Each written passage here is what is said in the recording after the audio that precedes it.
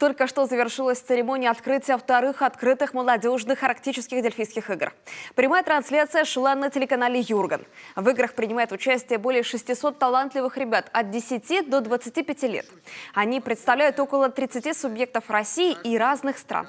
Будет разыграно 28 комплектов медалей в 10 номинациях. Участники будут соревноваться в музыкальных, танцевальных конкурсах, в состязаниях по искусству, фотографии и даже кулинарии.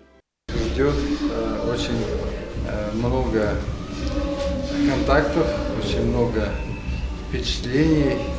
Все-таки ребята выходят на очень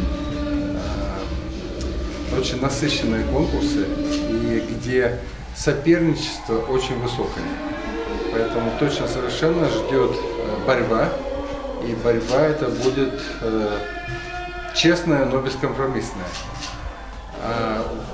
Тем не менее, мы все-таки еще по окончанию подготовили поощрительные призы для наших победителей из Республики Коми, поэтому и победители, и лауреаты, и самые главные их наставники еще будут дополнительно нами поощряться. По словам организаторов, сегодня дельфийские игры могут встать в один ряд с олимпийскими. Все дельфийцы хотят быть похожими на олимпийцев.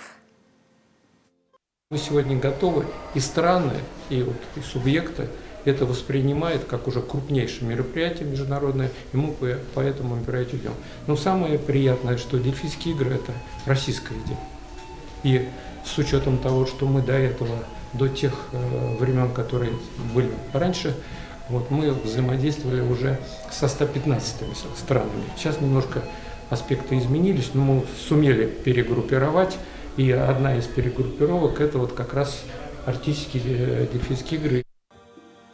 Вторые открытые молодежные арктические дельфийские игры проводятся в рамках регионального проекта «Творческие люди», национального проекта «Культура», который реализуется по поручению президента России Владимира Путина.